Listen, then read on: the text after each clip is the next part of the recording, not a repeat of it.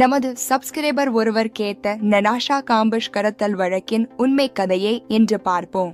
1998 August 2 அன்று 10 வயதான Natasha compass வியன்னாவில் பள்ளிக்கு செல்லும் போது கடத்தப்பட்டார். தொழில்நுட்ப வல்லுநர் வோல்ஃப்காங் பிரிகிலோப்பில் அவரை தனது வீட்டின் நிலத்தடியில் உள்ள 5 சதுர மீட்டர் ரகசிய அறையில் 3096 நாட்கள் சிறை வைத்தார். இந்த 8 ஆண்டுகளுக்கும் மேலான சிறைவாசத்தில் நடாஷா உடல் மற்றும் மனரீதியான வன்முறைகளை அனுபவித்தார். அவர் தொடர்ந்து தாக்கப்பட்டார், பட்டினி போடப்பட்டார், மேலும் உளவியல் ரீதியாக சித்திரவதை செய்யப்பட்டார்.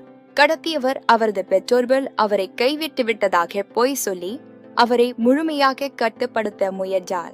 2000 ஆகஸ்ட் 23 அன்று பிரிகினோவில் கவனக்குறைவாக இருந்தபோது நடாஷா தப்பி ஓடி அருகிலுள்ள ஒரு மூதாட்டியின் உதவியை நாடினார். நடாஷா தப்பி ஓடிய சில மணி நேரங்களில் அவரது கடத்தியவர் வோல்ஃப்காங் பிரிகிலோப்பில் ரயிலின் முன் பாய்ந்து தற்கொலை செய்து கொண்டார். நடாஷா தனது அனுபவங்களை பற்றி 3096 நாட்கள் என்ற சுயசரிதை புத்தகத்தை எழுதினார். அது ஒரு திரைப்படமாகவும் வெளியானது.